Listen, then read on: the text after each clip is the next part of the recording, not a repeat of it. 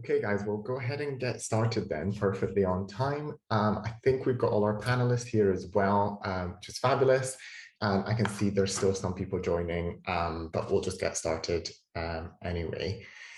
So we'll start off with introductions for everyone, so you know who everyone is, and we've got lots of really cool discussion topics around diversity in sports.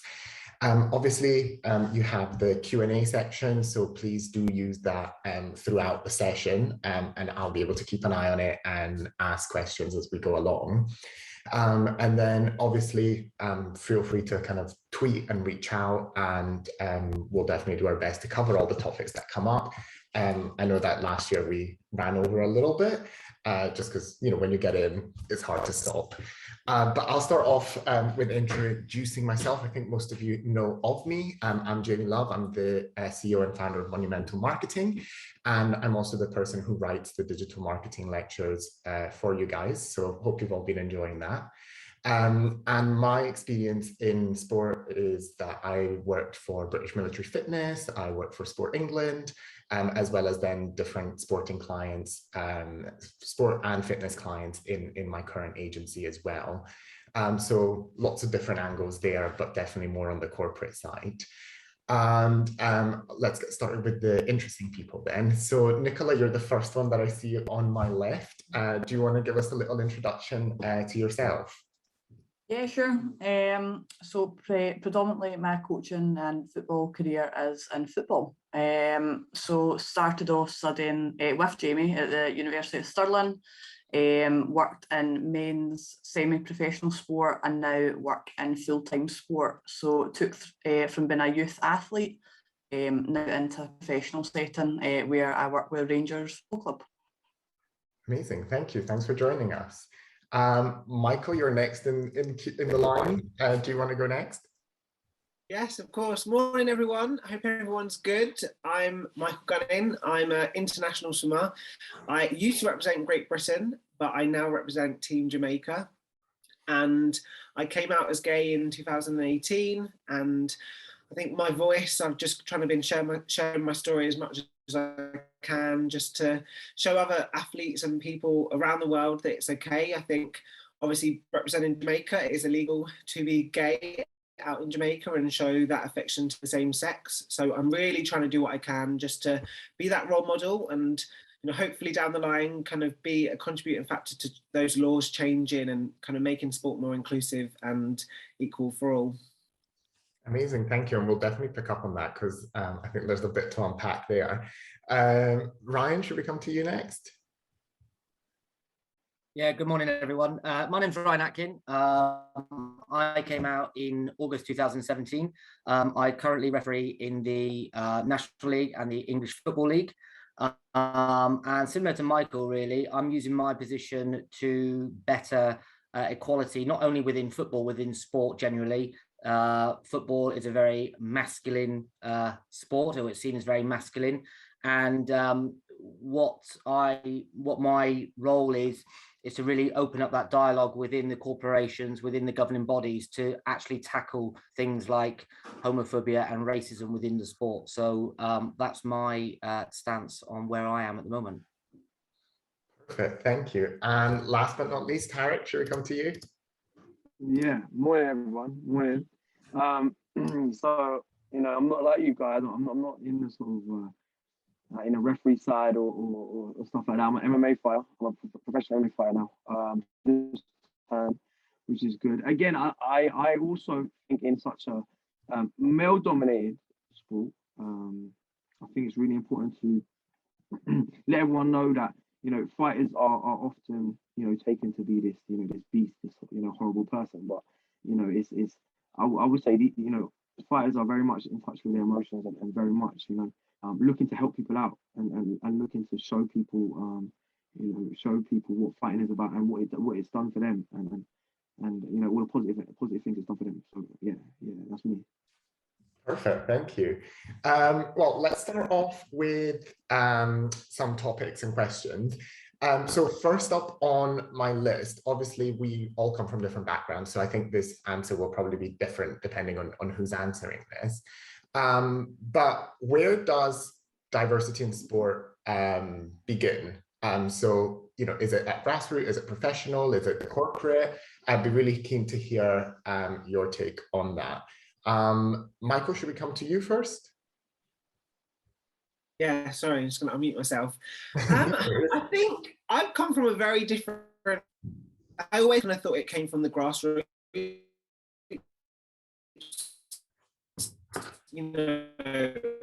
Obviously, me being a swimmer, it was quite hard for me to almost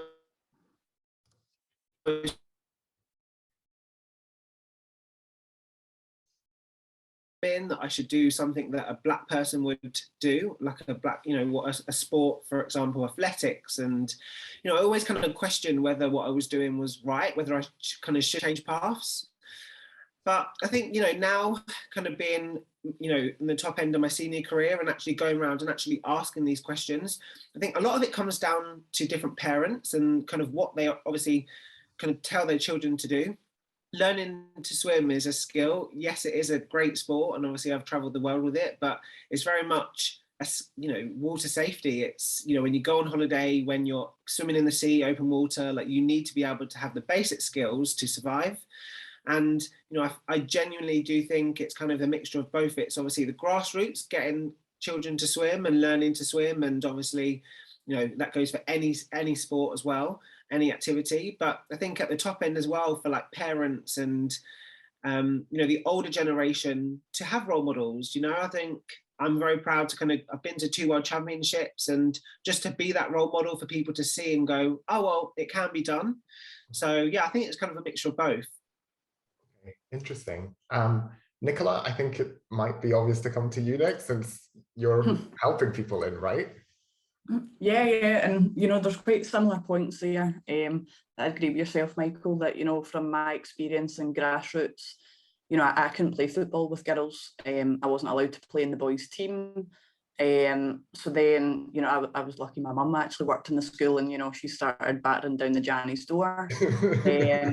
So I was eventually allowed to play with the boys, but there was no opportunity. So again, I was like, is this what girls do? Why am I the only one that's allowed to do it?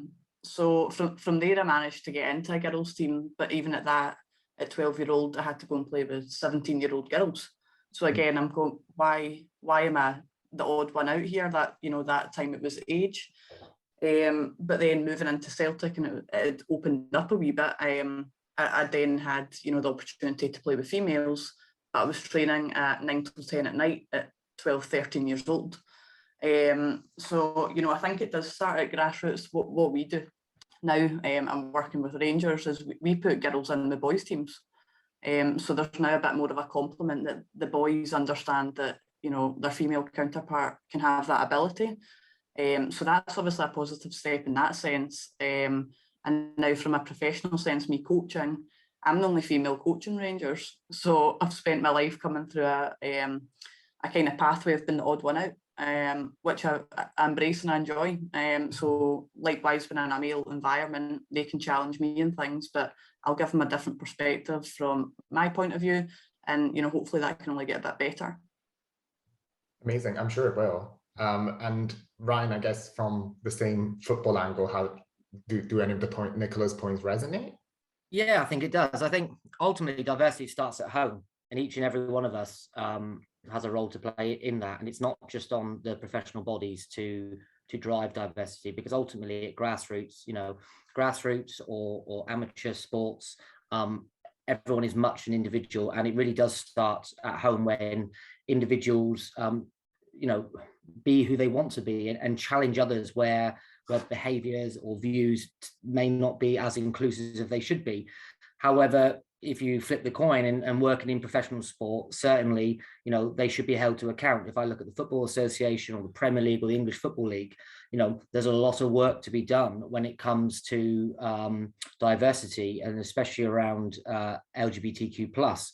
It's been great to see Josh come out recently in Australia. And ultimately, when I look back at 2017, when I was the only out person in professional football, and then to see other referees come out, and then to see a professional footballer come out, and while it's not in the UK, it doesn't really matter where it is. The fact it's in Australia doesn't matter. You start to see that changes and evolution is happening in sport. But ultimately, you know, people like ourselves and people who are campaigning for change need to hold governing bodies to account to ensure that diversity is at the forefront of the sport, to allow other people to get involved in the sport, because you don't know, the next, you know, Cristiano Ronaldo could be a trans individual, it could be a black person, you know, it doesn't matter who they are, but if you don't allow that diversity to thrive within the sport, you're not getting the best individuals at that elite level. No, that's great. And I think there's definitely a topic around, you know, performance and ability as well. Like if people can be open, that we should definitely touch on. And then Tarek, can I come to you? What's the diversity like, if there is any?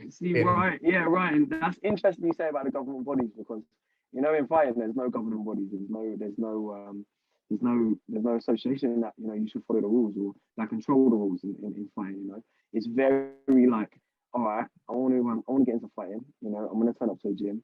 I'm going to hope that they accept me. I'm going to walk in. I'm going to try and fight people. You know, it's kind of like that, and it's a little bit more difficult. You know, when you're going into these, you know, masculine environments when you're fighting people, and you know, it's a lot harder. And like I said, there's no body whatsoever. It's just a promotion. You know, when you sign with a promotion, it's just that you sign, you fight, and that's it. There's no one kind of looking out for you, you know, or doing anything like that to regulate that whatsoever. So that's an interesting one. You know, that's an interesting one. Great. And then I guess let's touch on the performance side. So obviously, Ryan, you mentioned that the footballer who came out recently, and it kind of took over the news for like, I mean, I don't know whether it's just me because I only follow like Gay Times and Attitude, but it definitely took over my news feed for about a good week. Do you think, and I have a story to back this up, but do you think that being open and, you know, being open about your sexuality or diversity in any way can improve people's performance in the sport? Yeah. And if I look at myself, when I look at, we are observed, assessed, judged every game. We're rated against criteria every game. And I think when you can be your authentic self, your true personality shines, the sort of drive of yourself. You're not leaving little bits hidden away in the dark, you know, in a little cupboard. You're able to give your all. And, you know, actually having to lie or sort of dance around subjects can be really tiring to sort of your mental health. And ultimately, you know, when I look at my own performance and I look at before I came out, while sexuality isn't part of my sport, as in, you know, I'm judged as a referee, whether I, you know, I'm gay or not, it certainly plays a part in how I approach football and how my personality shines through. And ultimately, my job is to manage, you know, 22 players. That's my role, you know, to be a leader and manage those individuals and get involved when I need to. And if you can't have your personality shine through, because you're hiding elements of it because you're worried about how you're going to be perceived or seen, it makes a massive impact. But if I look at when before I came out and from when now I've came out, and I look at the scores that I'm receiving from independent observers, you know, there's a marked difference in figures. We all love data, and data proves that you are better when you can be who you want to be, and be happy. And ultimately, if you're happy, you know, your body releases more endorphins, and, you know, you want to sort of grab the world and take it on. And I think, you know, that's what things like these panels, and that's what people are trying to do. And if you take Josh, for example, in Australia, you know, the fact he wasn't out, he ostracized himself. The colleagues didn't do it. He did it to himself because he was worried about what others may think. And that was really resonating to the fact of, I suppose, you know, for myself, I've taken myself out of situations because I wasn't out. But actually, my colleagues weren't doing anything to actually be homophobic. They're actually probably more welcoming, but we seem to do it to ourselves, that we're worried about coming out and worried about how people perceive ourselves. And I think that's quite resonating when you read his story about, you know, the fact that now he's come out and everybody's so welcoming. He should have done it years ago. And, you know, he sort of put himself into a corner, and he did that himself. And we've probably all done that on the thought process of what does it mean to be authentic? But to go back to your question, certainly being you and being happy does make for a better performer, whether it be in sport or any job. Yeah. And I mean, I think I mean, this is probably another topic in itself, but like in our kind of PR industry, it's also quite well known that there are a number of Premier League footballers that are LGBT, but are not out. So, you know, as you mentioned even earlier, so if this can actually help, you know, create that momentum for them, you know, the others to come out, then that's quite interesting then to see, you know, to be able to track their performance and see how that changes. Nicola, coming to you, do you think, you know, from the, you know, the people and the students that you're coaching now, are they more open about their diversity? Yeah, it was an interesting one there, just with Ryan speaking. So I think like the media kind of covers a lot of males coming out, but when you flip it into female sport, in my opinion, is way ahead of men's sport and being inclusive. From teams I work with, youth or senior, there's just an acceptance of, you know, race, gender, you know, whether lesbian, bisexual, straight. It's not even a barrier. I would say within our current team that I'm working with, that, you know, 60% of the females that I work with are gay or have a partner, and you know, that's not something that's ever discussed. It's just there. I think on the flip side, it's quite an interesting one because I'm in a male orientated building. It's funny that like the men there find that quite a hard topic to discuss, but the actual females there, it's not even a second thought. So I think it's really positive. I know you're talking about impact and performance, but even, you know, girls coming through academies, they've got a lot more support at 14, 15, 16 because they can look up within a club or within their own setting that the senior women are there. So it's a pleasing environment from that side of things. But, you know, men and female in that setting, I would say are, you know, the women have got miles ahead on this one. It's a great environment for people to be open and honest about themselves. That's so great to hear. At least there's one side that's working well. Michael, how about on the swimming side? And I mean, I think we have to talk about the Jamaica thing as well, but let's start with the swimming side and the performance first. Yeah, you know, I think as professional athletes, you always think that you have kind of a box that you need to fit into. You need to, you know, I know, like, you know, when people look at Michael Phelps, they look at what he does before a race, and, you know, like, you look at your heroes and what they do, and you think, right, I've got to be like that to be good and to be fast. But I think, you know, I always try to be very serious. I try to be very masculine, and, you know, I almost suppress my sexuality to fit into that role. But I think the minute that I knew that I was very happy, I was very bubbly, and I get very, very nervous. And the only way I can shift those nerves and kind of be myself and be happy around the swimming pool and competitions was by being smiley, being chatty to people. And, you know, it wasn't being that really super kind of serious person at competitions. Like, now I have to wave at everyone and I have to kind of have conversation with everyone, and suddenly I've seen a massive increase, or like my performance has got better and I've been faster because I'm like that. So I think, you know, it's down to kind of just being happy in yourself. And as much as, you know, even if you come out, you still might not be happy. I think it's finding the kind of balance of going, right, well, what will make me happy by just being yourself, whether it's coming out, whether it's talking about it to someone, whether it's confiding in a few friends. Because at first, you know, I confided in a few friends, and I think, you know, Tom Daly, he came out a couple of years before me, and he kind of really helped me learn to love myself first. And suddenly I went to competitions, and even though I wasn't out, I still felt like I could be myself and be happy around poolside, and, you know, not have to fit into that role. And then that kind of gave me the confidence to go, well, why can't I come out in swimming? Why can't I come out in sport? So yeah, I think it's learning to love yourself, and the performance, as long as that kind of love and self-love is inside, I genuinely do think the performance will improve. That's amazing. And that's great to hear. And it also touches on kind of Ryan's point about having that one person that, you know, can almost like trailblaze for then others to be like, okay, cool, like, you know, this can be done. Yeah. And then Tarek, I'd be really interested to hear from your experience. Have you ever come across any LGBT fighters? So I just searched on my phone. I was looking at like in the UFC anyway, the Premier promotion. I was just looking, but there's one, Molly McCann. She's from Everton, I think, and she just got into the UFC. And yeah, she's with a football player, a female football player. And like, you just wouldn't know. Like, Nicola, I was listening to what you were saying about how it's just kind of like, it is what it is. You know, you don't know, you don't really know.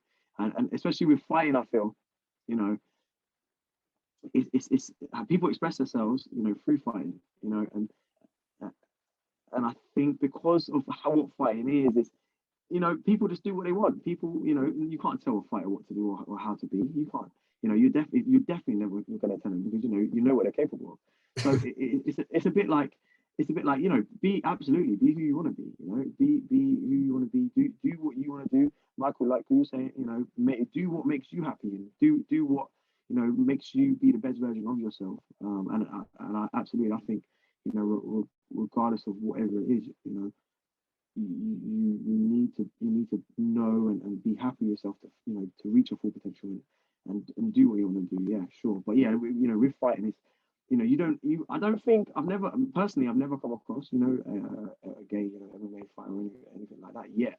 You know, I don't know, that's whether it's because they didn't want to say it, or how do you say it? I don't know, in a fight scenario in a gym, maybe it's a little bit harder, you know, because there's not too many moments where you know, you can sit down on a personal level, maybe outside of the gym, maybe. But in the gym, you know, it's very much like, once you're in there, all right, cool, we're gonna get going, we're gonna start punching, we're gonna start wrestling, we're gonna start doing, you know, all the real massing and stuff. So I suppose in my environment, it's a little bit harder to maybe want to chat or try and really, like, connect with people. But yeah, Molly McCann, off the top of my head. Oh, that's a lie. Amanda Nunes, she's the, like, female featherweight champion.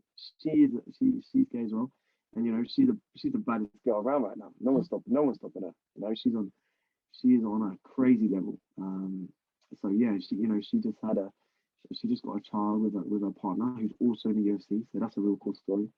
But yeah, definitely at a higher level, there's some people, but you know, within sort of the grassroots level, it's probably a little bit harder to find out. Can I throw a question in there to you? Yes, of course, please. Yeah. Do you think, you know, obviously swimming, like, you have your lane and kind of the performance is all down to you?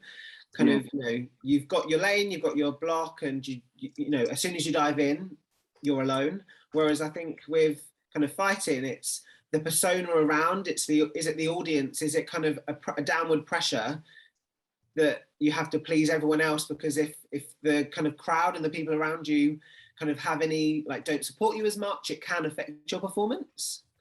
I think, Michael, like anything, you know, any sport, it's a spectator sport, right? You're always trying to perform for people watching. So there's always that pressure, like, oh man, if I'm not the best version of me on the day, are people still gonna like me like they did yesterday? You know, are they still gonna feel the same way about me? So yeah, you know, of course, like any sport, there's that pressure for sure. And yeah, if, you know, in the first round you're not performing how you normally perform in the first round, you know, yeah, definitely. I think, you know, the negative reaction, if there is one, yeah, I think that plays a part. And you know, when you go back to your corner and there's that moment where you're looking around, you're thinking, shit, they're not really, people aren't booting, people aren't there for me like normal. It's not as loud as normal. You know, you don't get the positive information you get normally. Yeah, I think that definitely would play a part for sure. But equally, you know, with fighters being a fighter, they're real strong-minded, and you know, that stuff has got to be blocked out in order, you know, for the next round or you know, for the next moment to be better than the last. Interesting. And I think it's interesting that it ties into, you know, Nicola's topic about, you know, the difference between boys and girls in that sense, of girls being more open about it. Kind of the next thing I really want to dive into is, Michael, the whole Jamaica thing. How does that sit with you? So being kind of open, I guess you are open, well, yeah, you are open on the team. Yeah, you know, it's funny because I think all of the team, I've never really faced, you know, there's always been incidents of homophobia when I'm away, but my actual team, Jamaica, have been really supportive, and they like me as a person. And, you know, they kind of say, oh, you know, you're different. Like, we don't like other gay people, but, you know, you're Michael, we know you, you're good. But I think, like, that's where we're at. And, you know, we need to take it to the next level. It's not the stereotype that, you know, I'm just a normal person. And I think kind of sometimes in people's head, especially like living out in Jamaica, so many people have come out to me on social media and they're too scared even to come out to their parents because they will chuck them out, or they just think, you know, they're the different kind of species. But I think it's the education, and I think the more people, you know, like me, who kind of come out and try to show people that it's normal, it's okay, you know, especially kind of on that higher level. I'm really hoping that it will change, because, you know, everyone's really, you know, I'm just Michael at the end of the day, and you know, hopefully the more people that can be themselves. I think it's scary for anyone, you know, the fact that we have to come out is just a scary prospect when, you know, most of society don't. So I think, you know, the minute we can kind of get away from coming out, and it's just like being yourself, dating who you want to date, you know, no matter who it is and no matter who you identify as, I do think times are changing, but we've still got a little bit of a way to go yet. Yeah, I mean, I can kind of relate with that. So I grew up in the Middle East, and we still kind of work with the Middle East, and that's always a thing in my mind of like, how does this fit for me? Just because obviously similar to Jamaica, like it's really frowned upon, it's illegal. So it's always a thing of like, I don't really know how it fits. And then I think I've taken a similar approach to you of like, well, let me just do me and, you know, crack on with that. And then hopefully that will have an impact as well. Yeah, like if I'm really honest, if I was living in Jamaica, I probably wouldn't be as open and as free speaking as I am now. Like I feel like kind of being here in the UK has given me a safety protection where I can speak from afar and I can advocate and I can share my story, but just try and change the perceptions from afar. Whereas I think if I was in Jamaica, you know, I've been to Jamaica and I have been a little bit scared. I have tried to dress up a little bit straighter and kind of walk a little bit different. And, you know, it's not nice. So, yeah. Yeah, no, I can totally relate. And I guess, Nicola, to come to you. So I mean, we talked about grassroots, but obviously before people get into grassroots, they need to, you know, get recruited and, you know, it needs to be advertised to them. Do you feel that, you know, the people that are coming through are diverse, and do you feel like the, you know, how they're marketed to is inclusive and kind of, you know, promoting diverse players to come into clubs? It's funny because actually we were speaking about this in the office the other day. So I think, well, what as a team we kind of came with the discussion is like there's so many factors to it, like what sport you play, for instance. Like for me, I've never heard of a male netball team. So how do you actually engage with that market? So when you're advertising and promoting, when it's something that's not kind of established, you've got somebody that's going to have to put in a power of work to, you know, create that. And you know, the discussion over, like, again from a Rangers perspective, is we do a everyone and anyone campaign, so that it covers loads, and you know, loads of kind of the topics we're talking about today.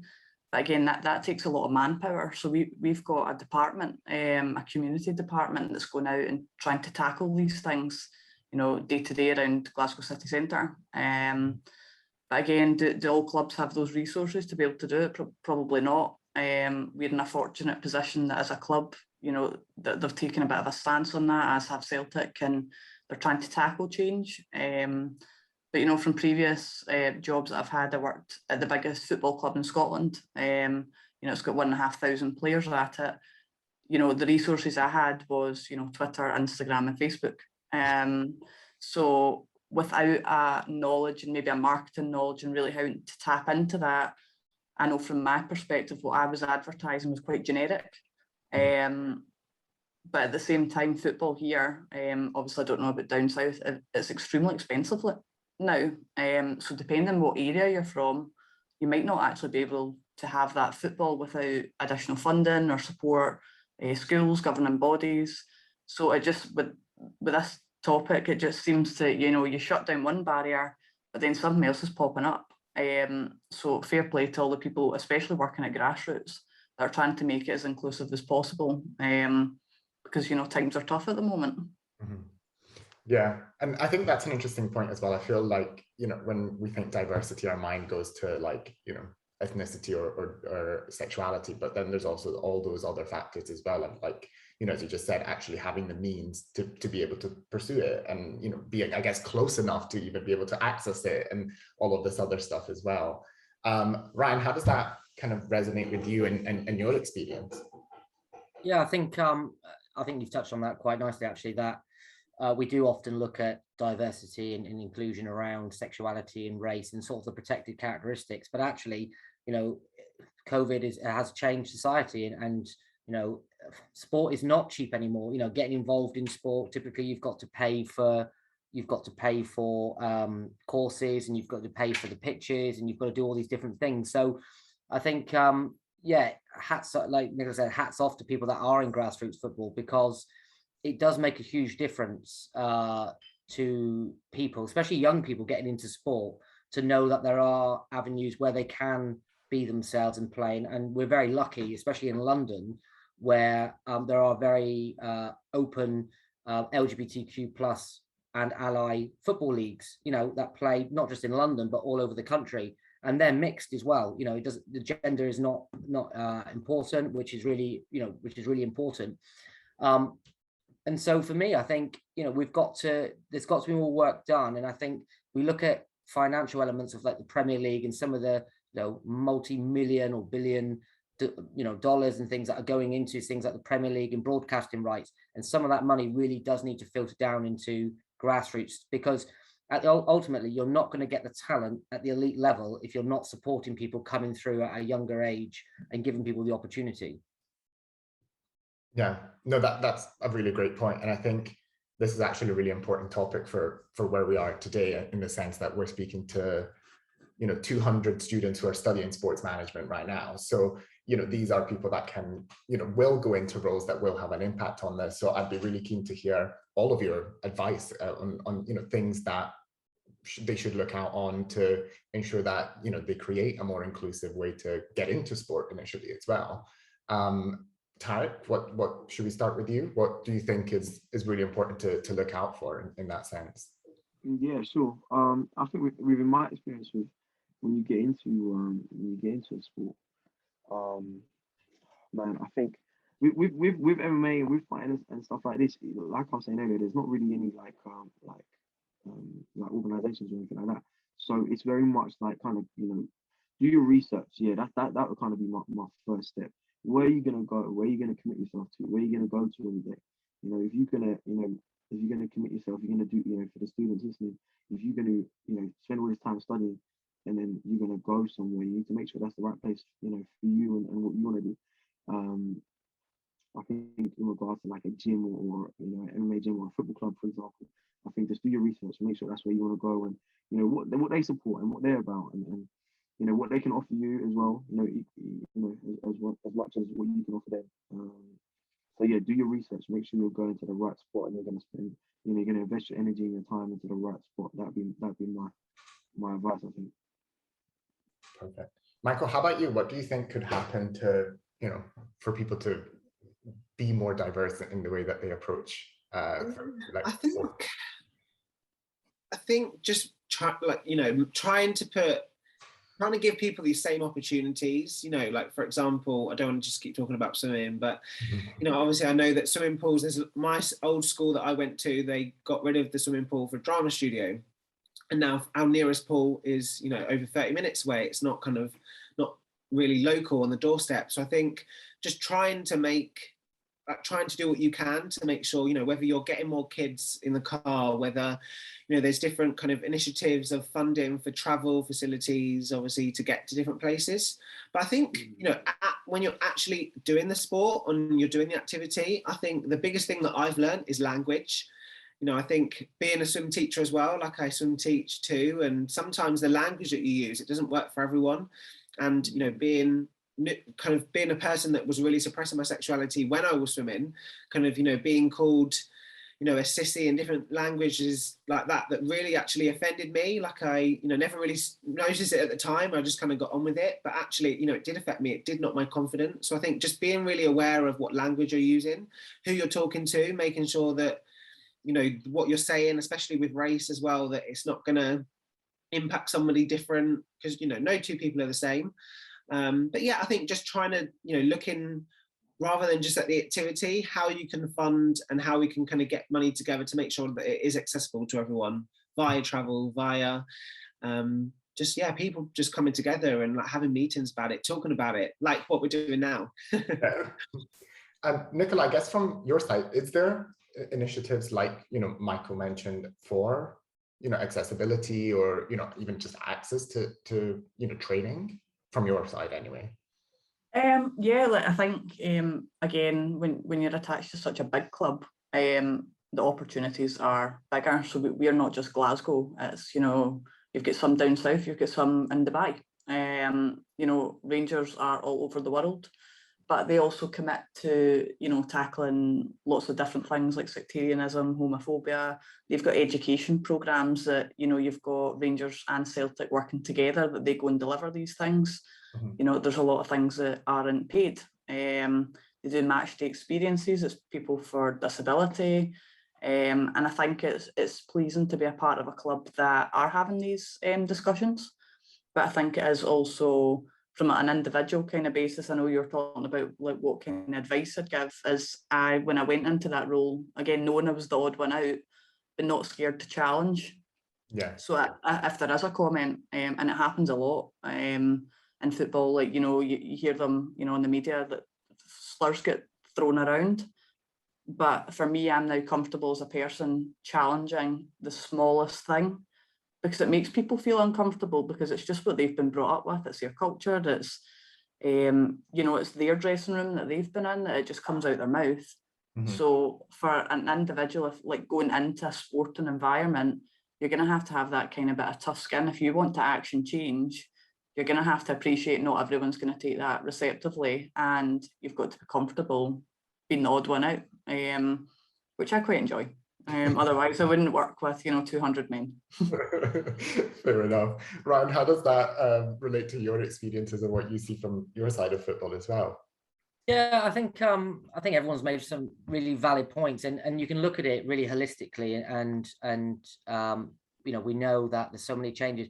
I always like to simplify everything, and that's just because it's me, and, you know, referees are very basic, but, you know, look at yourself, look at your family, you know, what does inclusion look like for you? How do you, you know, what would you want to instill within your workplace? And, you know, when people talk about diversity, I think people can be very shy and they get embarrassed and they don't know necessarily what to say or the questions to ask. And Nicola raised a good point of people sometimes using the wrong language, either, you know, not realizing, or sometimes actually realizing in a way to hurt people.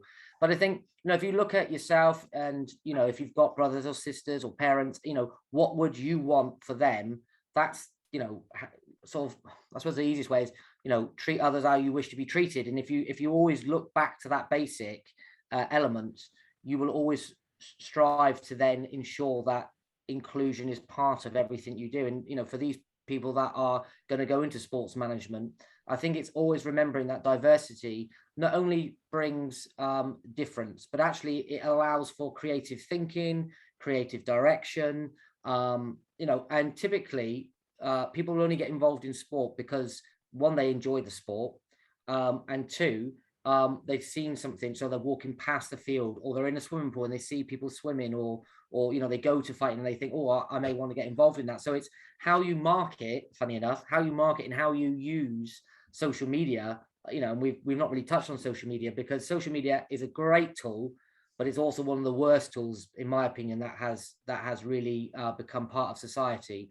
And if you can market to individuals that may not always be in those locations to see sport, then that's how you're really going to pull individuals in, especially outside of key cities. You know, we're all probably based in, you know, I'm in London, I know Jamie, you're up in Scotland, you know, we've got Birmingham, Manchester, Leeds, but actually I know I'm from Plymouth, you know, and it's the West Country. And so you've got to think outside of the box when it comes to, you know, London isn't the hub, Birmingham, Manchester isn't the hub. How do we look at the rest of the United Kingdom to draw people into sport? And, you know, we see that through pride sometimes. You know, key cities have prides, but if you go to some towns or villages, you know, you could be the only, you know, LGBTQ plus person in that village. And so it's really important to think further afield than just on your doorstep.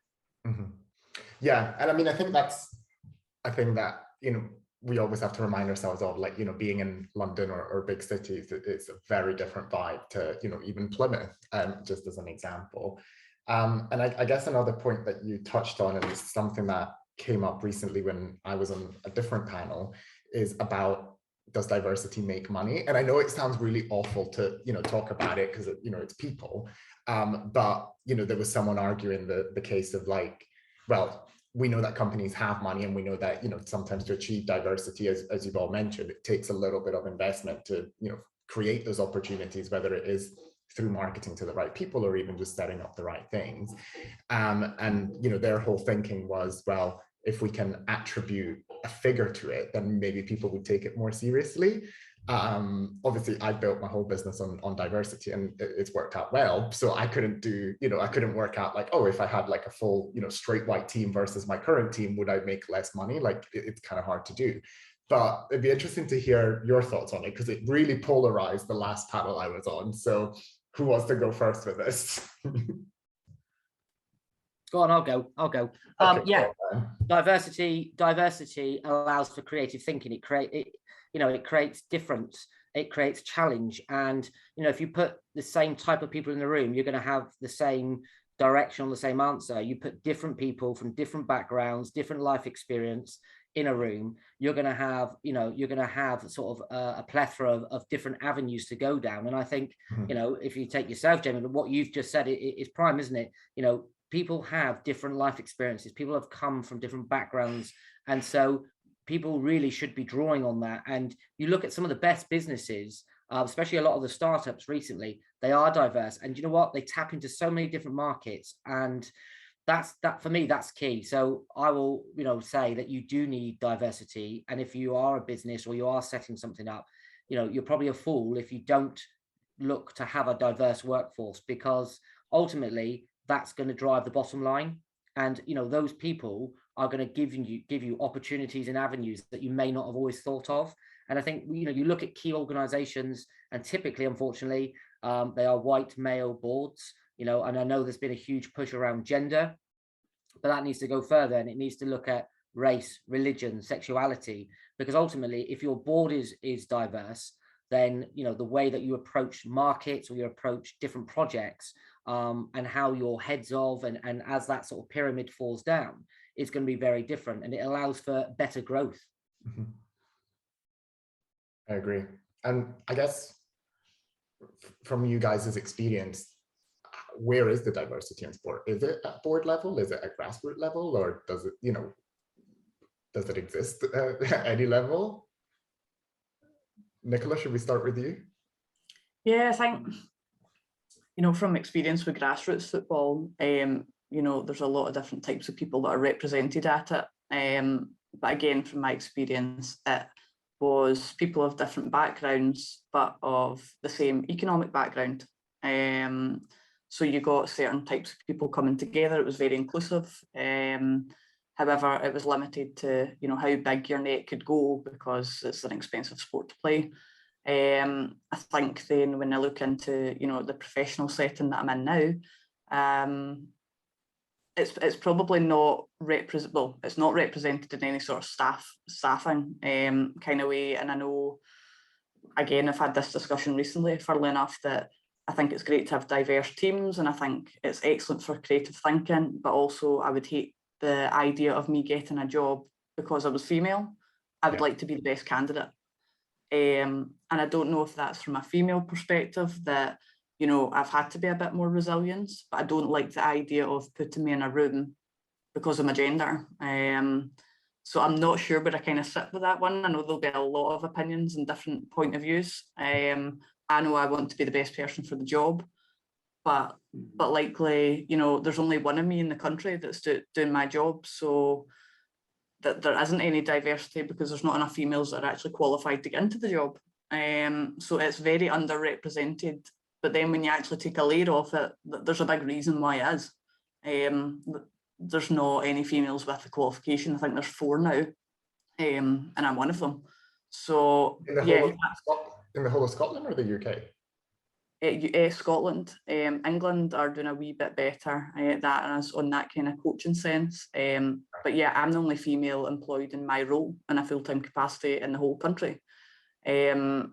So, my job can't relate to anyone because, I'm plodding away doing it myself. So yeah, I'm going to have to maybe sit on the fence in that one, because I appreciate all the different, angles. But I think my personality, I want to be the best person for the job. And and that's kind of the bottom line for me. Never mind my race, gender, or background. Yeah. I'm going to butt in here.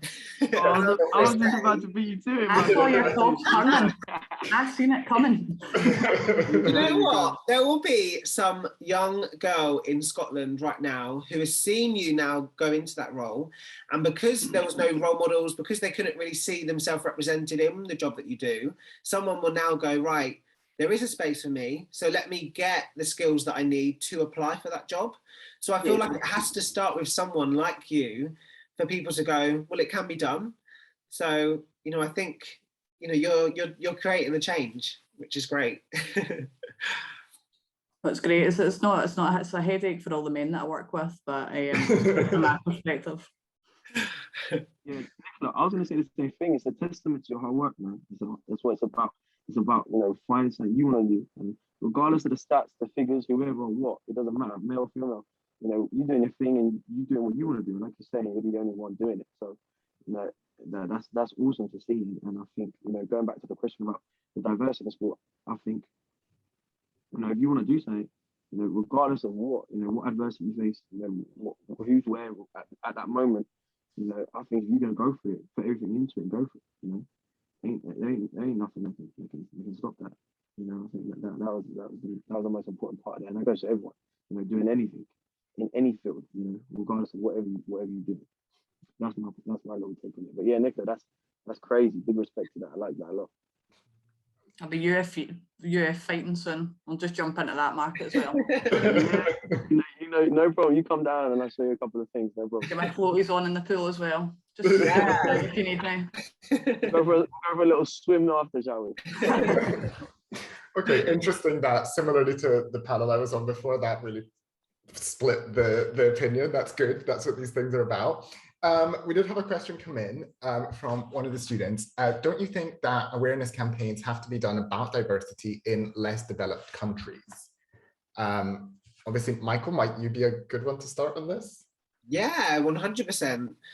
You know, and I think kind of, you know, obviously being in the UK, I've just got one example. One of my friends said to me in September, oh, I really need to meet you for dinner.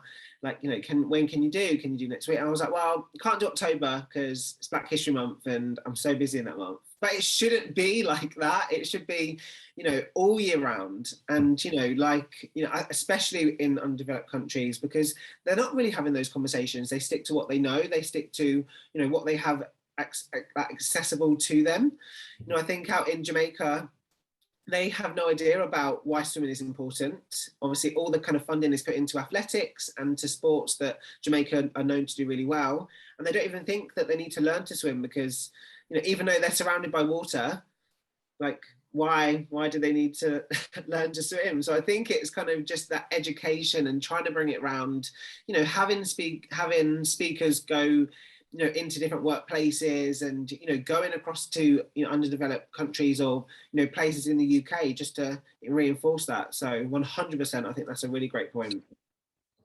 Yeah, I mean, I totally agree with that. I think the struggle we come up against is just the legalities around it. Like, obviously we work with some global clients and we work with them on, you know, Black History Month and Pride and having that representation all year round.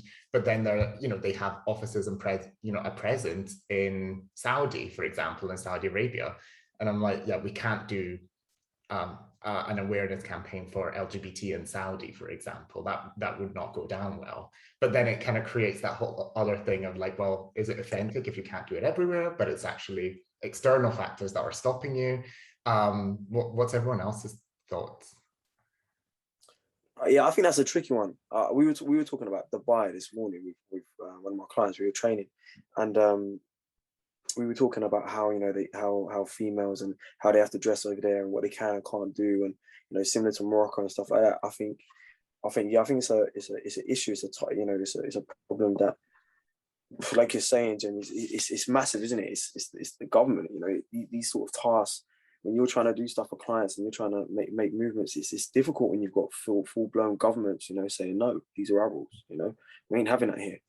You know, and where do you start with that? You know, how do you start to introduce diversity and start to do anything around that when, you know, the most powerful the most powerful company, if you want, is saying no. Not here. You ain't doing that here.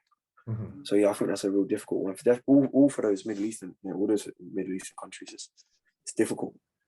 Yeah, it is difficult, but I think taking sport into those countries and having that diversity, especially when you look at things like the Olympics and the Winter Games, and it was so diverse, and actually all the media was about the fact of the diversity and who was doing well, and I think it forces discussion. It's not necessarily going to change elements within those countries, but sport does force conversation. We only have to look at the Euros and the sort of whole saga over the rainbow flag and UEFA, and UEFA will always be remembered now for sitting on the wrong side of history because they see it as a political campaign. And I'm like, well, is racism, is homophobia a political campaign, or is it actually just human rights? And so for me, when people always say, oh, should we be taking sport to countries where human rights and equality and diversity isn't what it's like in westernized countries, I'm like, yes, we should, because it's a way of drip feeding into those countries difference,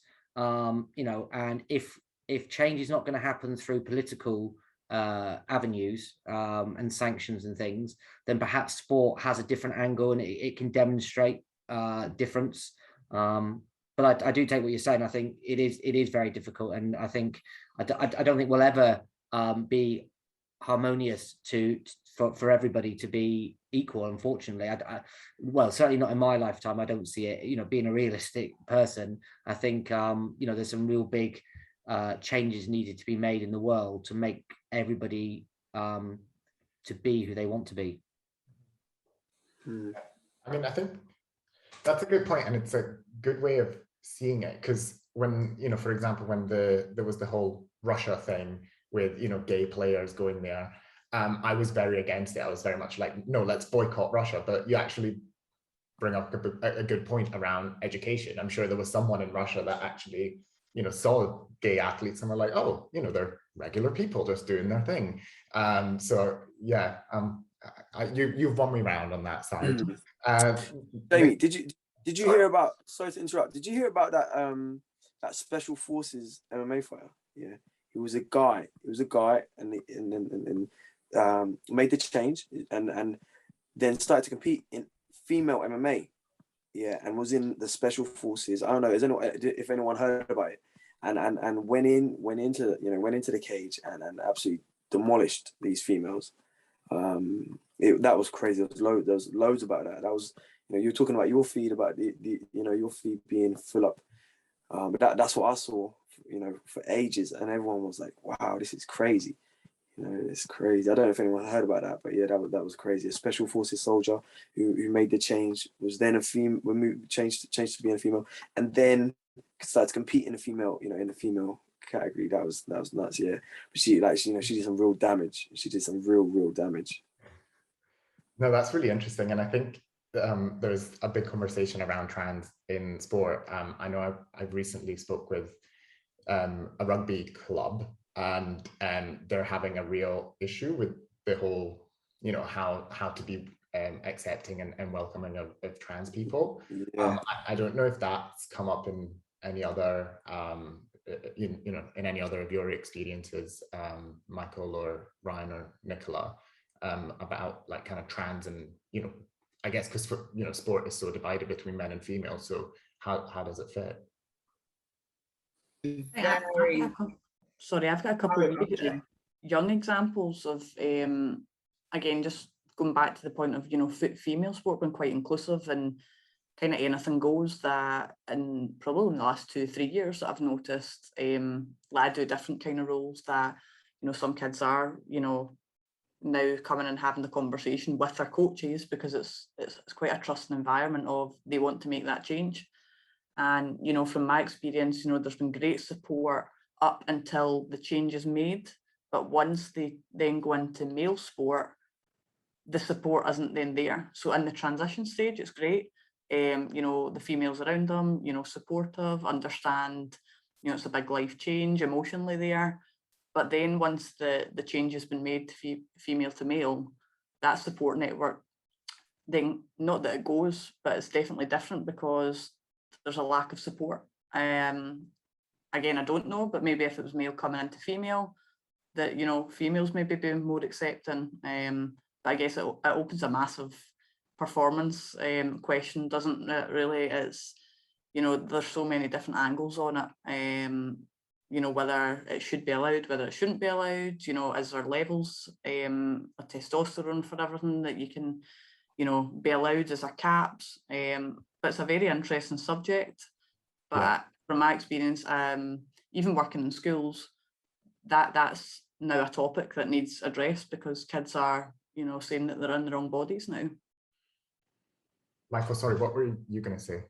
Yeah, it's a very hard topic because I don't really like to talk about it too much, because I'll be in a headline tomorrow saying that this is what I've said. But, you know, I think obviously we want sport to be equal for all. We want everyone to be in sport. But I think it, you know, especially in kind of swimming and obviously the Olympic sports, it's above our head. As much as I would like, you know, trans to be incorporated in swimming and to, you know, be a part of it, you know, it's all the governing bodies, it's all kind of the Olympic Commission, it's, you know, it's kind of above our head. It's like me kind of going to a Jamaican policeman and going, hi, I'm gay and I think we should change the rules. Like, it can't happen from, you know, around, it's got to happen from all the people with power and up above. And, you know, I think the more that we can talk about it, get more knowledge and educate ourselves and actually kind of do the research to kind of know and present to them, I think it's, you know, Nico, when you said that there's not that support after the transition, I think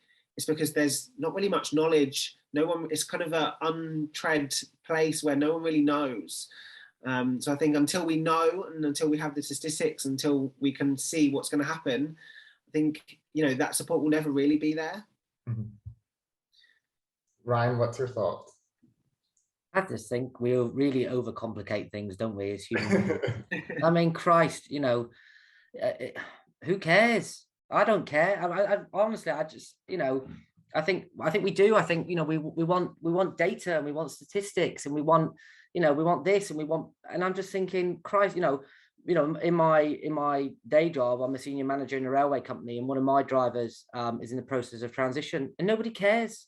You know, in a male-dominated, you know, sort of what would you call it, like factory industry banter world, and that's the best way to describe it. Nobody actually cares. It's the minority who shout the loudest that have, you know, concerns and things. And for me, I just think we really do overcomplicate matters when it comes to trans. And yes, there are elements that need debate and they need discussions, because, you know, that's how society works. But for me, ultimately, and I agree on Michael's point, you know, the governing bodies have the power to change, and it takes people like ourselves and panels and people who are participating today to have those conversations and to sort of have their voice heard, to really drive change in sport. But for me, you know, I do think we overcomplicate matters when it comes to trans. You know, we had unisex toilets well before trans was like not a thing, but, you know, before it became sort of a media hype. But now it's, you know, it's used as a political game and silly things like that. So for me, I just think we really do overcomplicate matters when it comes to trans, because, you know, it's no different to the fight that people had to be gay, or the fight, you know, to have equality around racism. And listen, we've not even cracked that. You know, society is still, you know, there are elements of society that are still racist, still sexist, you know, and now we're on the fight for trans and equality and things. And I think, you know, when it's never going to stop, but I don't think we learn as well as we could learn on past experiences. Ryan, do you think that, you know, you spoke about society still being on a journey to accepting gay and all these things. Do you think you'll ever just be like completely accepted and it not be like, you know, people won't be sexist and people won't be racist? Do you think that'll be you know, fully accepted into society? What do you think? Yeah, I hope so. And I think things like the media, I think things like the film industry and TV and plays a massive part in shaping society and thoughts. And, you know, one of my geeky things is, you know, I quite like sci-fi. And when I look at sci-fi and you look at the creators and the writers of this sort of, you know, modern world where difference is accepted, and you only have to look at things like I don't know if anybody watched it. William Shatner was shot into space the other day at in his 90s, and if you think back to that, that had Black and Asian actors on it in the 1960s, 1970s. It was the first Black and white kiss on TV, and it's things like that that really will help drive change. So I hope that in the future, people will just be accepted for being people, and it doesn't matter about your sexuality or religion or race. But for that to happen, education has got to be better. You've got to know and understand difference from what from what we are as individuals. What my religion is, or what yours, or sex. And I don't think we do that very well. We sort of, oh, what does that mean? Or what's that? I was in Istanbul a couple of weekends ago, and it was amazing to learn about their culture and their difference. And, it was great talking to people and understanding how it worked, because it's so different to how we live here. And the only way that we'll change is if we learn. And the best thing that I see is I've got 2 young nephews who are 5, and all they ask is why. They ask questions, and it's why.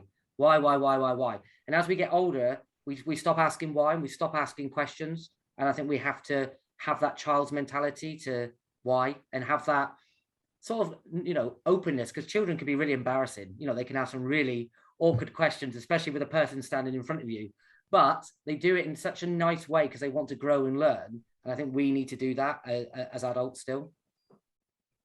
Yeah, I think you covered a lot of really, really great points, Ryan. Thank you.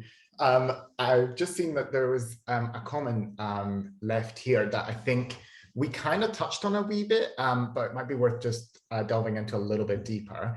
So someone said Pride Month as a whole is a great initiative, but some people see it as a money grab for businesses. Example, changing the rainbow logo on social medias to the classic ones on the 1st of July. At midnight. So I guess like the whole rainbow washing thing. I know we mentioned, Black History Month, Michael, that you're booked up because it's Black History Month. I can relate to it being a gay entrepreneur in Pride. I am on every newspaper comment about business and about diversity because I'm the token gay guy for that once a year. How does that fit with you guys? Do you see it in your lives as well? Michael, should we start with you? I know you've already mentioned it around representation in those specific times a year.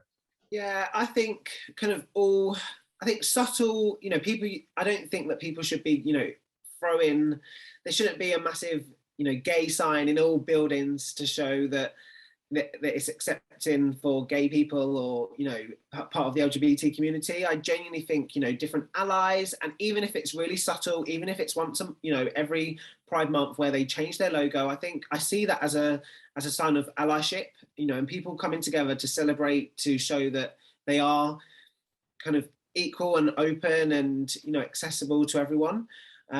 Because lots of people say, oh, when I go out, they go, well, why aren't you dressed like more gay? Because that's who you are. Well, even though that's who I am, it doesn't mean that I'm going to be wearing the rainbow kind of shirt all the time. I think by showing like just simple things, Black History Month, not posting a black photo on your Instagram grid because everyone else is doing it.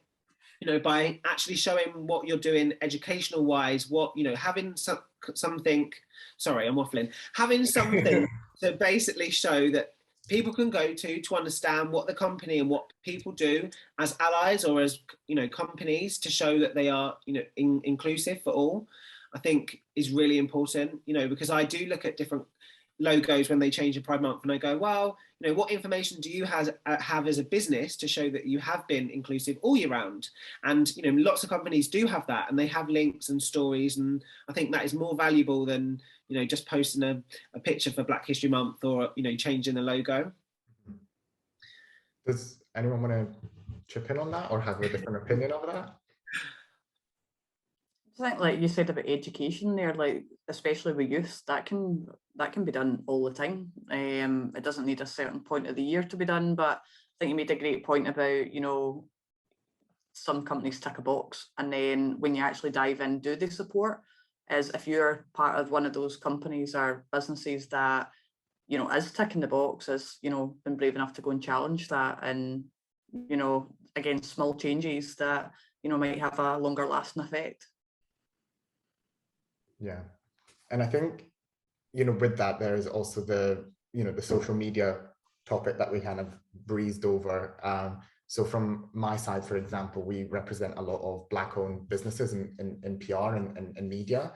And similarly to Michael, in Black History Month, it is crazy. We have to, like, you know, work double time to make up for it.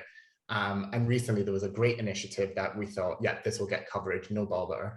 But it was just before, yeah, it was just before Black History Month, and none of the main press picked it up because they were like, oh no, sorry, we would hold this for Black History Month. Is that something that you see in, you know, in sport as well, of like, you know, diversity is only discussed, you know, when it's, you know, Christmas, you know, gay Christmas at Pride, or, you know, Black Christmas in October? Is that something that you've seen as well? Ryan, do you want to go first?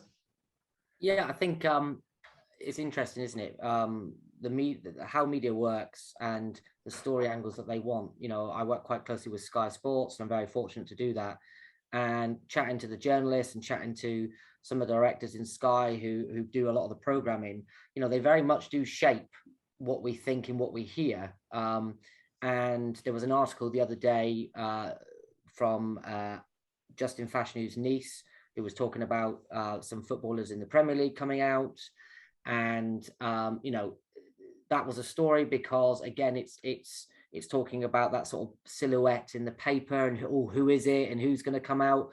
And it's always about angles. And like you said, Jamie, earlier, you know, you had this great initiative and people were like, sorry, it's not, you know, it's either it's not the angle that they want, and it's not going to drive discussion. It's not going to drive, you know, likes or viewings. And so, you know, when we talk about diversity in sport, yes, typically, you know, Rainbow Laces is coming up towards the end of the month. There's a real big campaign in sport. You know, should there be campaign months? Should it be throughout the year? Yes, it should be out throughout the year, but let's be real, it's not going to be per se. And so actually smaller bits of visibility are better than none. I think it will change gradually. But certainly the media plays a massive part in telling diverse stories. And I think they have got better. I think, you know, I think there is better coverage of diversity, not only in the world, but in sport in general. And you only have to look at Josh coming out and to see, you know, the world interest and the sort of positivity around it. And people are understanding now that the media can do more damage than good if it's not careful on how it reports. I mean, you've still got your Paul tabloids like, you know, The Sun, and sorry if people do read The Sun, but that just still will have a black silhouette of a footballer.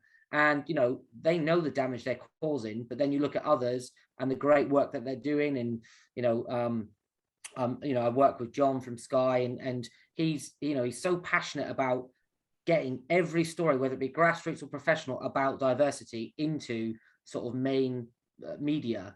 That can only be praised. And as more people are comfortable with who they are, or as you talked about earlier, businesses being diverse, then they will tell diverse stories. And I mean, to be honest, hats off to Sky, because even when I was doing, you know, some research over the last week for this upcoming panel, you know, you type in diversity sport, you know, Sky has probably the most amount of content around that, and it's definitely not seasonal, which I thought was really great, because most of the other big players is very, very, very seasonal. And Nicola, what are your thoughts on it? Obviously, I feel like women's sport is probably underrepresented, full stop, in the press and the media. But how does that kind of sound to you? Yeah, I think that, well, first, there's been a massive change in that itself. You know, down south, England have managed to support that a lot more financially. So, you know, with that comes a lot more opportunities, and, you know, opportunity for, like, to be diverse. It creates more jobs. I know that, you know, looking at the English FA seem to do a lot more than we do here, and creating programs for coaches and stuff like that from different backgrounds to get involved. So there should be more representation. I think it was a great point of just having like these small pieces around the year that, you know, there's still that representation. I know our national team their captain's armband are always a rainbow, rather than like your kind of standard like yellow or red one. But yeah, I think it's taking small steps. I know my opinion is the same maybe as Ryan's. It should be there all year round. It can't be at the forefront. It can't be, you know, the main piece all the time. But on this one, England are doing a lot more than Scotland are to kind of tackle those problems, sadly. Damn it. We'll make up for it, Nicola. We'll sort I something. know, I'm gutted.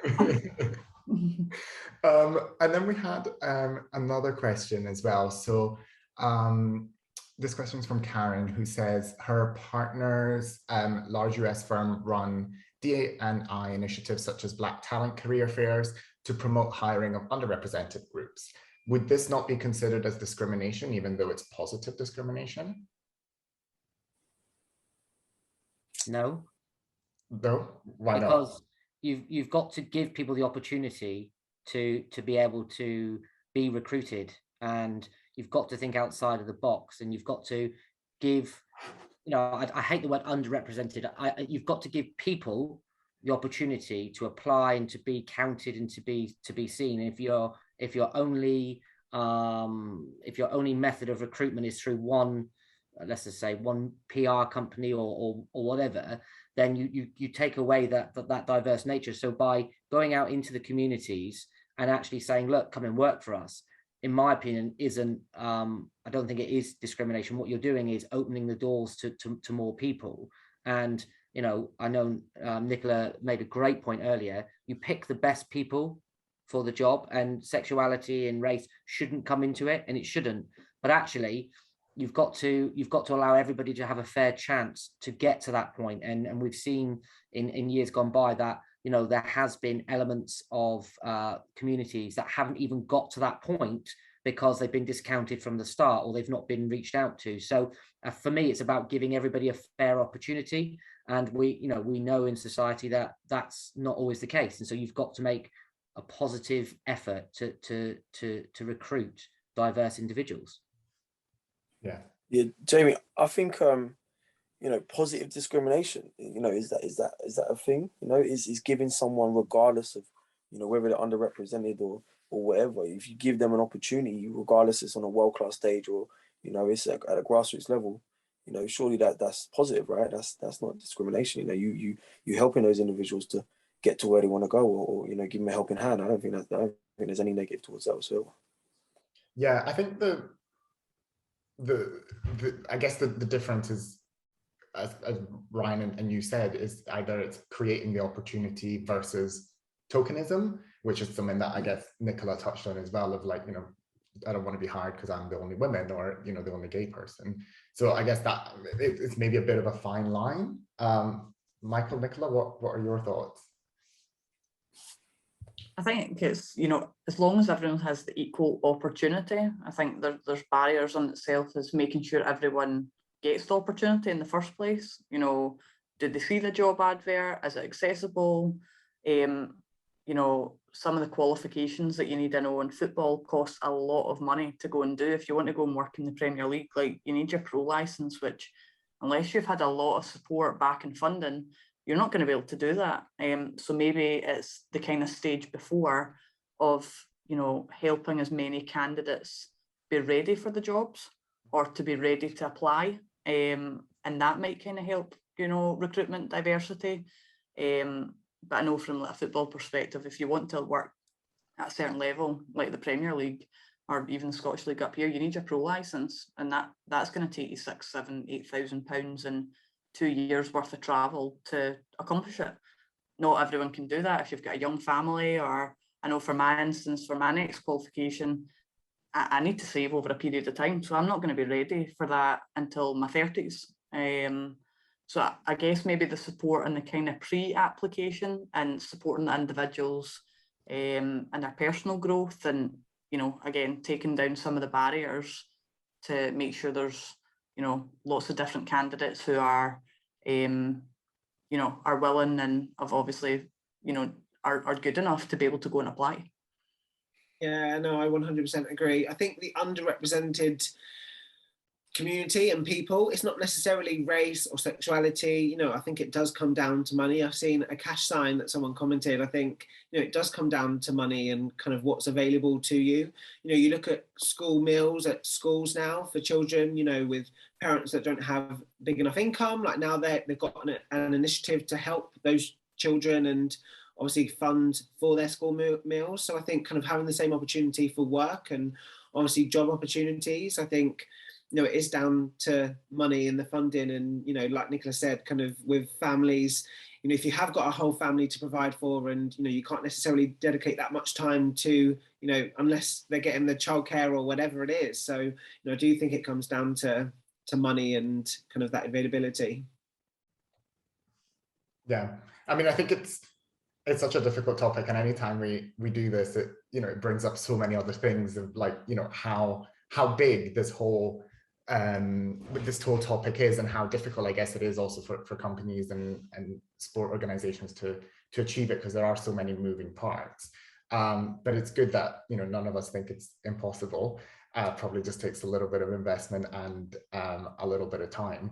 And I guess, you know, we've got about 10-15 minutes left, and what I'd like to kind of finish off with is just see, are there any sports where, you know, diversity is, you know, any sports or any examples where you see diversity work really well, and, you know, it's been achieved, or maybe achieved a bit more than in most cases. I think it'd be really great to have, you know, a benchmark at least, or something to look at and just say, you know, that's actually worked, you know, quite well. Are there any examples that come to mind? I mean, if not, it's a bit of a bleak point to end on. I think all sports are going at their different pace with it. Of all sports have got their different challenges, so I wouldn't say you can't compare, you know, football to rugby, or netball to basketball, or fighting to swimming. So, you know, every single sport's got different challenges in itself, and every sport's doing different things to, you know, make the challenges or reduce the challenges. So from examples I know of is, you know, there's a lot of positive change, but because there's so many different things to consider, sports are having to go at their own pace. Sometimes, yeah, that can be accelerated, and it should be accelerated by, you know, other different factors. But I'm not sure that I'm aware of any sport that's, you know, for a Scottish word, cushy. You know, that they're not sitting going, we have achieved this. They'll have their own kind of barriers in itself. It's just they change sport to sport. And maybe to drill in a little bit deeper on that. So, you know, you said that from your experience, in your company now, the women's team is way more progressive than the men's team in that sense, and made more open. What do you think the key difference is between those two genders? So I know I'm asking like quite huge questions. That's a big one. I don't know. Whenever I've came through sport, even like I was younger with older, I don't know, maybe if there's more females are naturally just like a wee bit more nurturing. So if they see a problem, they want to help. You know, we get that from our mothers. And I think that if there's someone younger that needs help with a teammate, you just naturally have that maybe instinct. You know, there's maybe less bullying and all that sort of stuff in female sport. Females are maybe a wee bit more likely to be outspoken in a comfortable environment. Again, from Rangers' point of view, you know, they've made this massive step in women's football, but there's only 2 pro teams in the country. So the visibility there, it's not quite there yet. But yeah, it's a great question. But I think it probably just comes into gender there, that women are a bit more nurturing, and, you know, it's maybe a bit more instinctual. Unsure. That's probably, I've probably opened a can there. I can't really relate to a men's changing room too much. So that's me kind of speculating on that one. Fair enough. Fair enough. Michael, how about you? Have you got a kind of benchmark in your head of something you've seen of, like, you know, that's great diversity at play?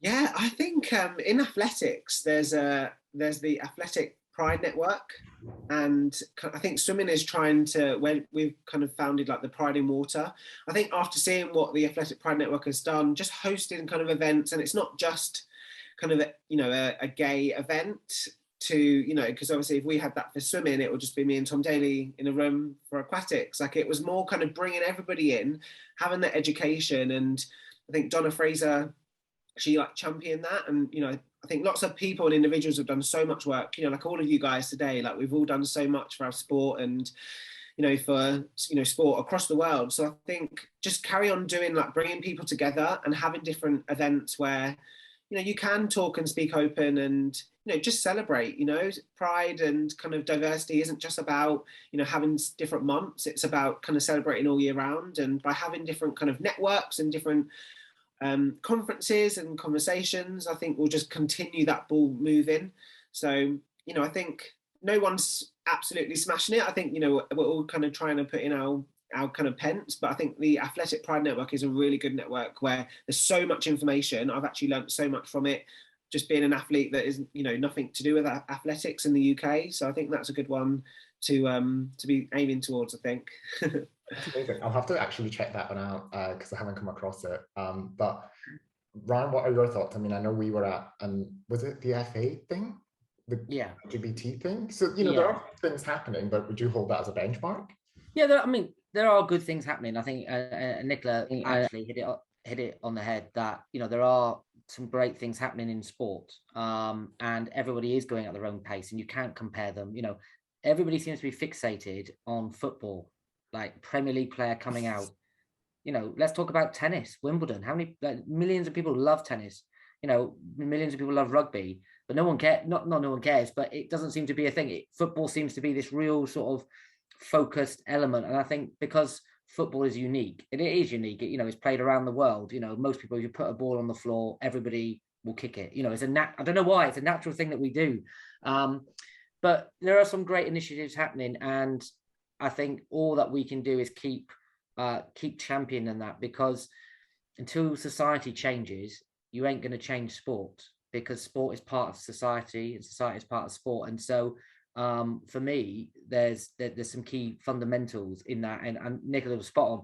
Gender, and I would say this because having refereed and refereeing this season in the Women's Super League, completely different attitude, behavior.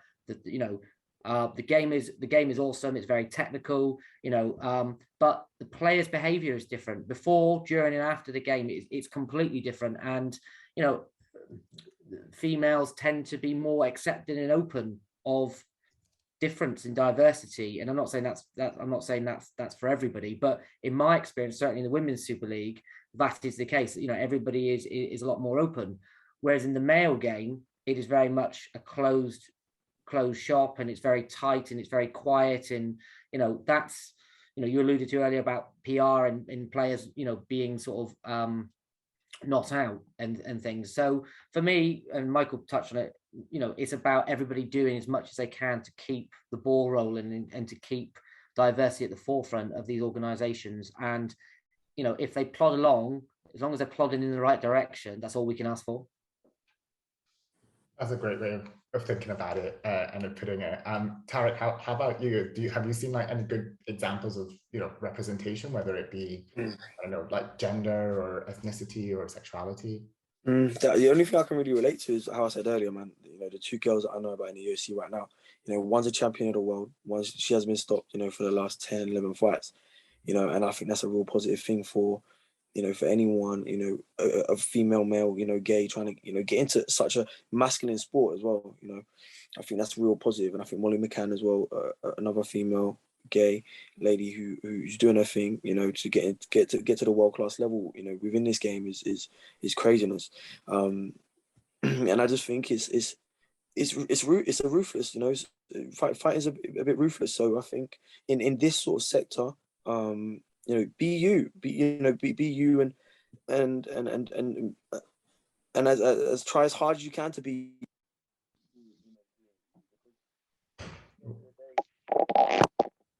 You know, can you hear me? Yes, I think you're back. Just not you. Do you know what? It's these AirPods. I'm really sorry about this. It's these AirPods that are playing around. Can you hear me now? Yes. Yeah. Yes. Yeah. Oh, it's these AirPods. They're playing around. Yeah, I'm just saying, man. Just yeah, it's a little bit different in MMA, but yeah, no, people are doing their own thing, and they're like you said, Ryan, man. As long as people are doing what they want to do, and they plod along, and everyone, and everyone's positive, and the people that are together, they stick together, and they keep walking forward. And I think that's just the best way. That's the best way, and just keep being a team and positive. Everyone being positive and driving forward and achieving the goals that they want to achieve. Right. I think, yeah, lots of great ideas there. And it's good that there's already some examples in each of our, I guess, industries and each of our worlds of diversity happening and working and still working. We received a question actually during that piece. So the question is, I know about the existence of a gay sports league in the US by Varsity, but I think they should make a whole league only about that because it feels forced, in my opinion. What do you think about it? So hold on, let me just read that again. I think they should make a whole league only about that. Okay, so basically have a separate league. Yeah, I don't know. I don't know about that. I don't know about making it separate. I don't think make it separate. No way. I think why make it separate? The ability isn't different. They don't train different. They're not a different species, are they? No. I don't know. If anyone's thinking different, like, let me know. Sorry, Tarek. I've totally misread that. I think they shouldn't make a whole league only about that. Sorry, my bad. Yeah, all right, good. Whoever said that. My glasses on, so I probably should put them on. Put them on, Jamie. You got me chatting waffle, haven't you? Sorry. Okay, sorry. Yeah, 100%. Yeah, like trying to single people out and put them in a different league. That completely, does that not defeat the whole object of what we're trying to do here and why we've been online for the last hour and a half? That's not. I don't think that's right. I don't think that's right at all. And you speak to anyone who's participating, why would they want to be singled out and just play on, just play alone? Why do they not want to compete with, other people? That's my opinion. I think it's a good way of allowing people who may have insecurities or fears about being who they are to start in sport. Especially from a grassroots. There are LGBTQ plus leagues out there, but they are open. It's not you can only play if you're part of the the acronym. So it is an open league, and there are male, there are heterosexual people playing, trans, gay, bi, and I think it's a good way for initially for people to potentially get involved in sport if they have that sort of fear about being accepted. But actually, when you look at the leagues, and especially if you look at sort of like the Unity League in the UK in the football, it's mixed. It is mixed. It's a I don't want to say a safe space, but that's what it is. It's a place where people can feel comfortable being who they are to play a sport, and I think it just gives people confidence. And then in years to come, I think that will move up, it will fizzle away, and I think people will then feel more confident that they can just go down to their local football field or their local rugby club and play. I don't know whether people are at that stage yet. I don't know, because if they were, we'd have a lot more openly out gay, bi, trans individuals in professional sport. So it's twofold, really. I agree we shouldn't have leagues that are specifically just for LGBTQ plus. I think it needs to be inclusive for everybody, but at the same time, it does create environments where people can start to get involved in sport. But it's it's a difficult one because I think it only happens with male sport, from what I know, that we have because I know there's a big rugby, gay rugby league globally. Am I right in saying that, Nicola? Yeah, you are. Yeah. You've got King's Cross Steelers and Stags, I think it is. And it's the same with football. You've got Stonewall. You've got you've got all these different teams. Soho FC, Manchester's got a team. I think Scotland's got a team. So, but I think it's an early way. It's an easy way for people to get involved in the sport, and hopefully it will evolve. And like I said, they're not just LGBTQ plus. It's a diverse team. It's just set up to make it a safe environment for those individuals, I think. And I agree. Does anyone have any kind of further thoughts, Nicola, from your side?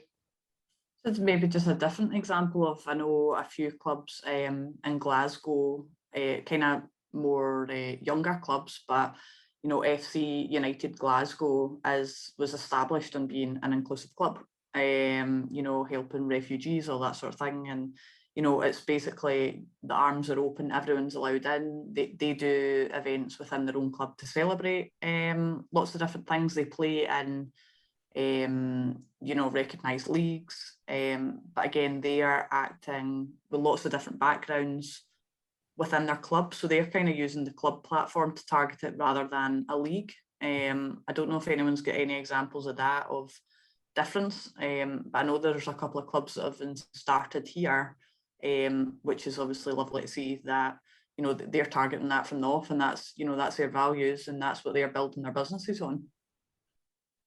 Yeah. Michael, have you seen any examples of it in your industry? I mean, is there a gay swimming league? No, well, I've heard of the gay games. Yeah.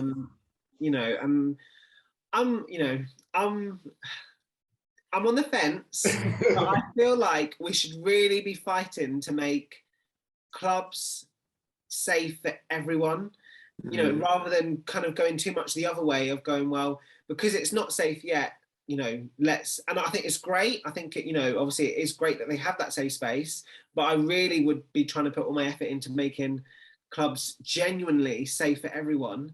Yeah.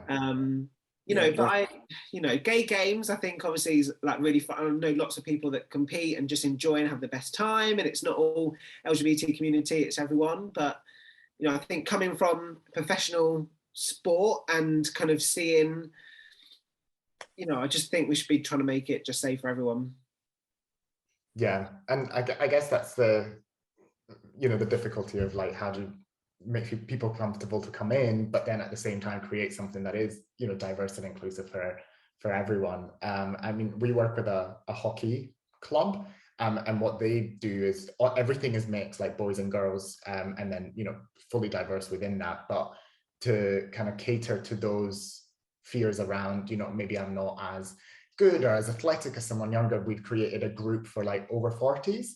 And that seems to have worked quite well, of just splitting the ages, and then people feel more comfortable because they know, okay, like, I'm not going to be outrun by a 25-year-old man, but, it kind of has created that, sense of comfort and accessibility in a way that isn't, you guys are gay, sit here, and your girls sit here.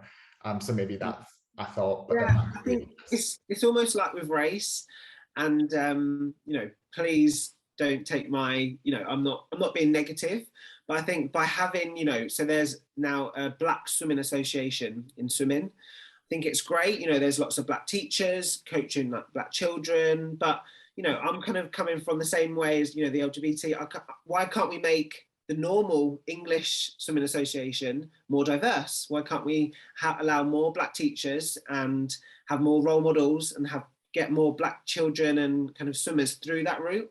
I feel like it's kind of two ends of the spectrum where we need to try and meet like in the middle, and kind of, if you know what I mean.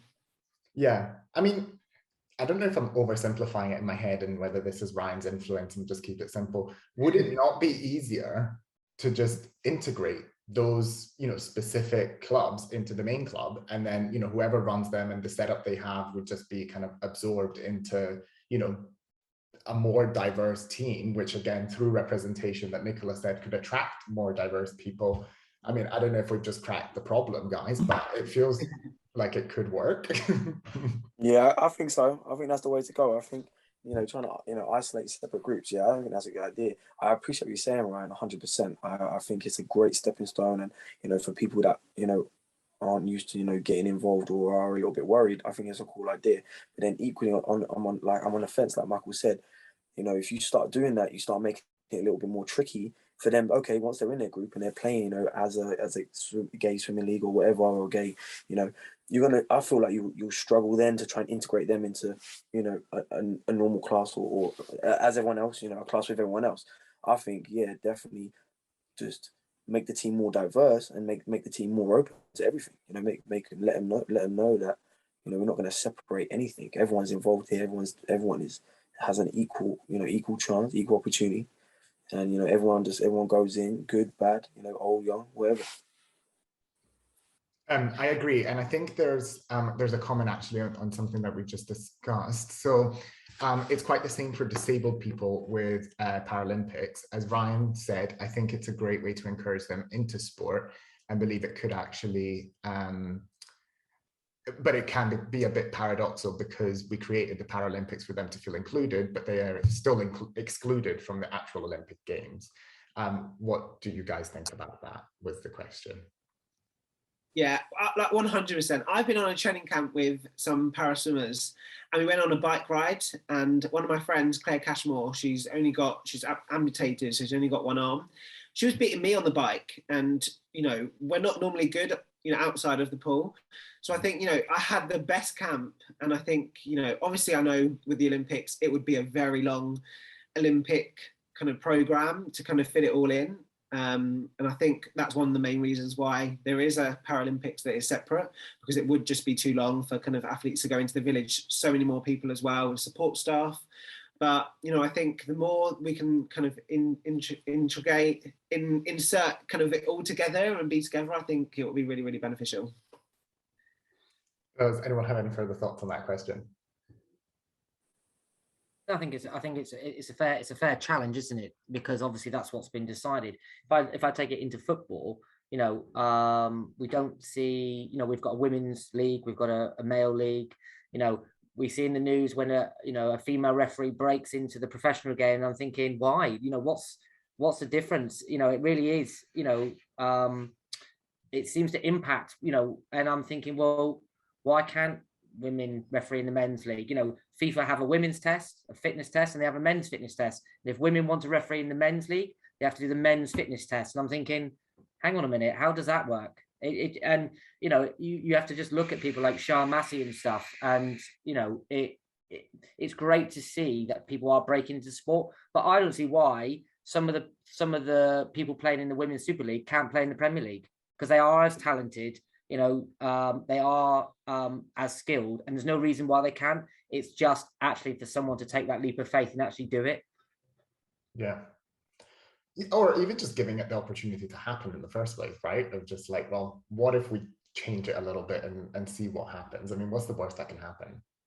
I mean, maybe in fighting it could go a bit wrong, but in football, I feel like we could be okay, no? Do you know what, Jamie? With that being said, yeah, there's a guy who just he literally scraped the UFC. He just scraped it, and he was amputated on his left arm from his elbow down. Yeah, and this guy's he ain't going in no separate league. He's fighting, he's getting in a cage fighting, guys with two arms. And the guy's knocking people out cold with one arm. He's still using the other arm. He's still using the bottom half of the arm, because it's still, it's still a weapon. They still put gloves on it. That's amazing. That is yeah, it's crazy. really great. I think people are only as limited as they don't want to limit themselves, man. As they can go as far as they want. It's their own brain that stops and limits them and stops them where they want to stop. I agree. And it's great to hear that, we all have had, great examples of it, and, ideas around how it can change. And hopefully we've kind of inspired some change in the future as well, with the people that we're speaking to today. We do need to kind of wrap it up around now. So thank you guys for joining us. Just as what I'd like to do is just kind of go around and, maybe just any parting comments, and then just how people can follow you, contact you, should they have any kind of questions. I think, all of your stories have been fab, and your experience, I think it's great. So I'm sure that, some of the students might want to be inspired to reach out or follow you guys. Nicola, should we start with you? Yeah, I think as a student, probably taking the steps first into your career is figure out where you want to be, set a plan how to get there, and be fully relentless of how you're going to do it.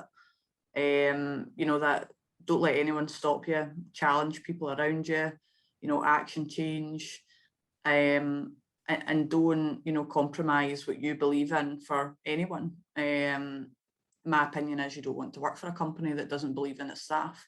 So, really make yourself stand out through the crowd, but first decide who you want to be in that industry, and then it's all guns blazing, and don't take the foot off the gas, really. Amazing. And how might people follow you or contact you? Is it best to put it in the chat, Jamie? I don't know, is that the easiest way? Or you could just say it. Yeah, okay, I'll do that for you. Probably the best platform is on Twitter, and it's Nicola Hardy 94. Otherwise, it's the same on Instagram as well, if anyone's got any questions. Amazing, thank you. I'm sure Amos is going to do like a tweet and a wrap up after this, so we'll be sure to tag you in the Twitter on there. Tarek, how about you? Man, I'm backing up what Nicholas saying. Go hard, go relentless, be relentless. You know, once you guys finish up, you know, studying and getting all that wrapped up, whatever you want to do, just, you know, make sure it's 100%, and go hard, put everything into it. You know, what's the worst that can happen? You know, you don't make it, all right, that's fine. You know, at least you took the shot. 100% do that. Yeah, go hard.